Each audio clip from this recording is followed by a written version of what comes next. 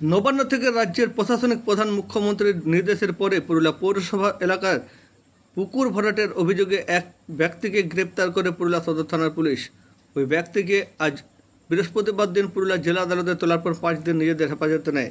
জানা যায় গত 28 জুলাই 2023 একটি মামলা রুজু করা হয় পুরুলিয়া শহরের ডিগুড়িপাড়া এলাকায় একটি পুকুরকে ভরাট করে নির্মাণ হচ্ছে সমতল জমি এবং বাসযোগ্য জমি। বিষয়টি নিয়ে সবার হয়েছিলেন পুরুলিয়া শহরের বেশ কিছু মানুষ। তারা মৎস্য দপ্তর ও ভূমি সংস্কার দপ্তরে বারবার অভিযোগ জানিয়েছিলেন, যদিও বিষয়টি তখন ধামাচাপা ছিল। সম্প্রতি রাজ্যের মুখ্যমন্ত্রী মমতা বন্দ্যোপাধ্যায় নবান্ন থেকে নির্দেশ দিয়েছেন, বেআইনিভাবে পুকুর ভরাটের অভিযোগ পেলে তুরন্ত ব্যবস্থা নিতে হবে। সেই মোতাবেক গত 26 জুলাই একটি অভিযোগ দায়ের করা হয় পুরুলিয়া সদর থানায়। সেই অভিযোগের ভিত্তিতে সোনু আলম নামক এক ব্যক্তিকে গ্রেপ্তার করে সদর থানার পুলিশ।